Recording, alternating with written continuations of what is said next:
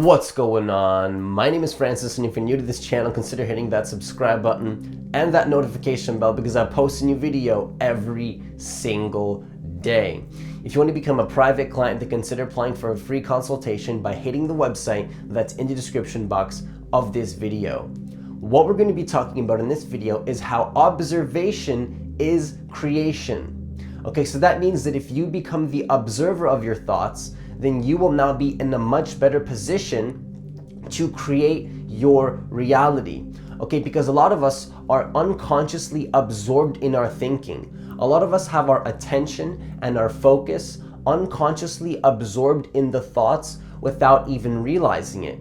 And so that means that even though we don't have conscious awareness of those thoughts, it doesn't mean that they're still not happening in the background without us realizing it. And that also means that even though we don't realize that we're having those thoughts, it doesn't mean that those thoughts are still not creating your reality. Because your reality is being created by you, whether you're doing this consciously or unconsciously. So even those thoughts that you don't realize that you have are still creating your reality. So it's very, very important that you have conscious awareness of those thoughts, so that those thoughts don't actually control you unconsciously on autopilot. Because when you're absorbed in thinking, some people call this the ego. Eckhart Tolle calls this the ego. And so the ego creates a lot of anxiety, a lot of fear, a lot of stress, a lot of worry, and all those things are happening in the background unconsciously, and they're also creating your reality. So the best way to actually tap into the creator that you are is to become the observer of your thoughts and stop trying to control them. Because in the observation will actually allow you to be a much better creator, because now what happens is you can actually look at the old story that you're telling yourself, and then in the conscious awareness of that story, now you're in a position to actually write a new story. But most people try to write a new story before they became conscious of the old story. So they try to use things like affirmations. They try to tell themselves things that they know they don't believe on a deeper level that doesn't allow those feelings to come out. But what they're doing is they're not dealing with the old story first. They do not have conscious awareness of the old story. So it's not allowing them to fully tap into their true potential, because they're unconsciously on an autopilot, and they're going on autopilot in their lives attached to this old story of who they think they are, and then who they think they are in that moment is actually controlling their reality. So when you can have conscious awareness of your thoughts rather than unconsciously being absorbed into them, you're actually in a much better position to create your reality. So when you become the observer, you become the creator, because you can become conscious of the old story, and now you're in a much better position to actually use things like affirmations. But if you do not have conscious awareness, then you're almost just you're polishing something that's still very, very dirty on the inside. You're actually polishing something that still needs to be cleaned really, really deeply, and there's a lot of things that are still very dirty, but you haven't fully cleaned it. You have to clean out all the stuff that you're holding on to, all those limiting beliefs, all those self-worth issues, all the anxiety, all the fear, all the worry, because this goes much deeper than simply just manifesting and creating your reality and becoming the creator. This is about being free from the psychological prison that most of us are attached to, because there's this beauty and there's this aliveness in the present moment that a lot of us don't have access to, because we're too unconsciously absorbed in the thinking without even realizing it. The ego is continually projecting into the future.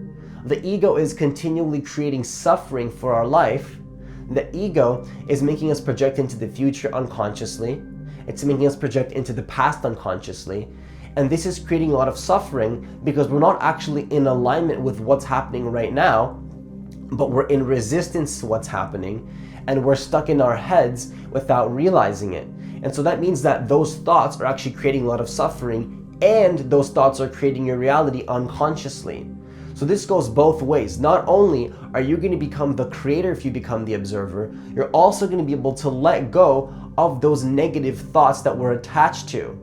Because when I started meditating every single day over 3 years ago, what I learned is that I can simply be the awareness of my thoughts rather than attached to them. And in the observation of those thoughts was actually the ability to let them go, because in the awareness of something, if you are fully conscious of whatever it is that you're looking at, that is letting go. Letting go doesn't mean running away or suppressing something. It means that you're so conscious of it that you can choose to disengage and simply just let it go and not allow it to control you. But to do this, you have to become the awareness. You have to live as the witnessing presence of your thoughts and simply allow them to be there. And when I say allow them to be there, I'm not saying allow yourself to unconsciously be absorbed into negativity. I'm saying that you can simply be the witnessing presence, and in the awareness of them is also the allowing. So in the awareness of your thoughts is also the allowing. And when you can begin to do this and let go of the thoughts that are controlling you, because now you're simply in observation and you allow them to be there, that is actually true control. Because you don't know what thoughts you're going to have next. But what you can do is simply be the awareness and not allow them to control you just by allowing them to be there.